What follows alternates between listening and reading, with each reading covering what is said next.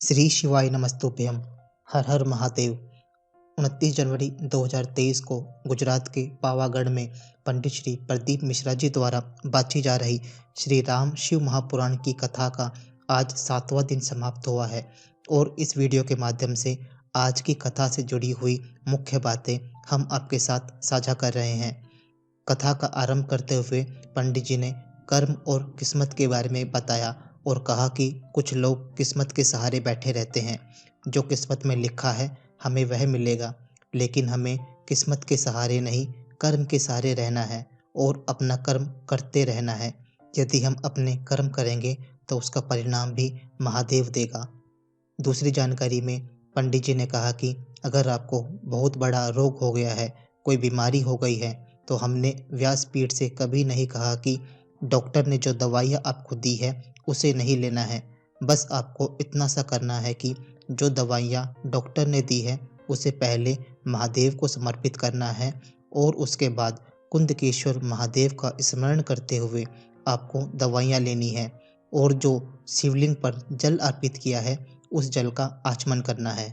तीसरी जानकारी में गुरुजी ने एक शिव भक्त का पत्र पढ़ा जिसमें लिखा था कि मेरे 7 साल के एक बच्चे के दोनों लीवर खराब हो गए हैं, जिससे उसके शरीर पर भी सूजन आने लगी है।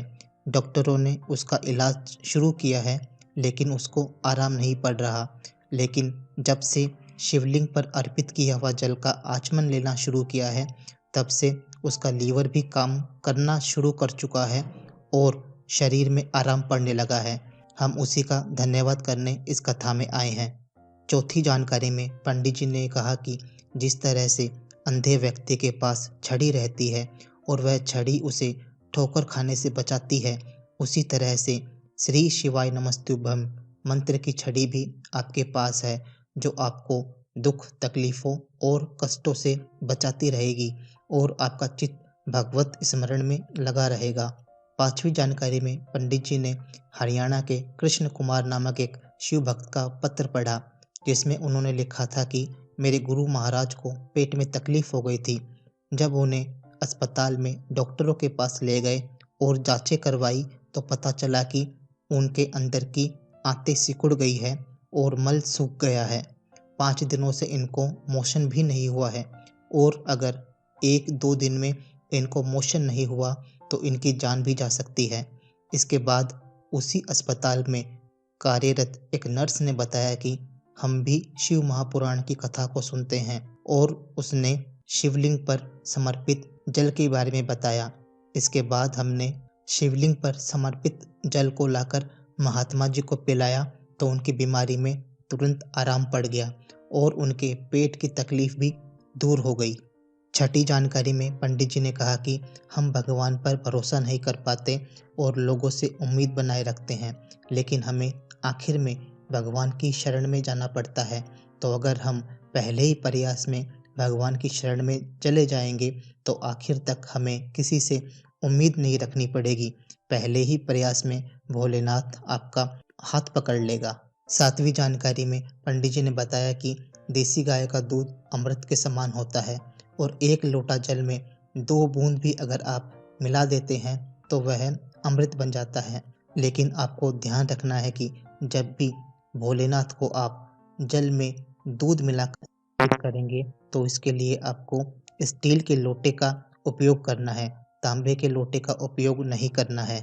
इसके बाद 8वीं जानकारी में गुरुजी ने देसी गाय के दूध का वर्णन करते हुए कहा कि जिस माता बहन या नारी का गर्भ बार बार ठहरता है और बार बार गिर जाता है तो उसे देसी गाय के दूध को शिवलिंग पर समर्पित करना चाहिए और जो दूध उसने समर्पित किया है उसी का आचमन करना चाहिए।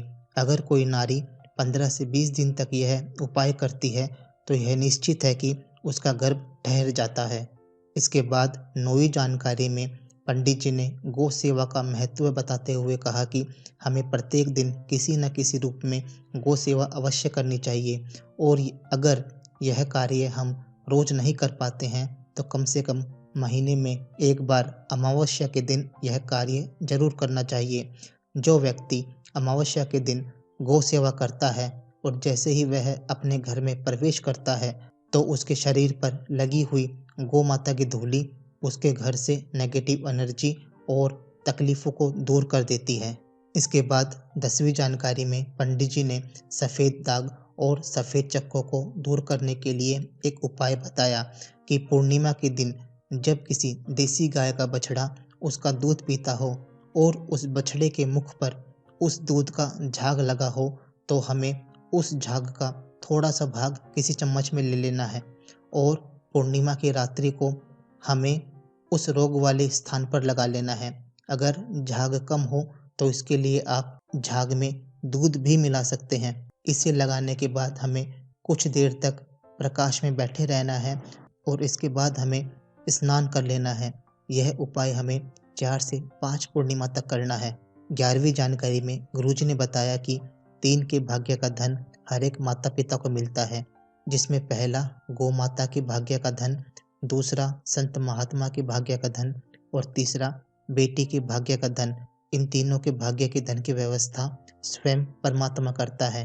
अंतिम जानकारी में पंडित जी ने 16 से 22 फरवरी तक सीहोर में होने वाले रुद्राक्ष की जानकारी देते हुए कहा कि सीहोर के रुद्राक्ष का महत्व ही अलग है और इस बार जो महोत्सव हो रहा है उसमें 24 घंटे रुद्राक्ष का वितरण किया जाएगा।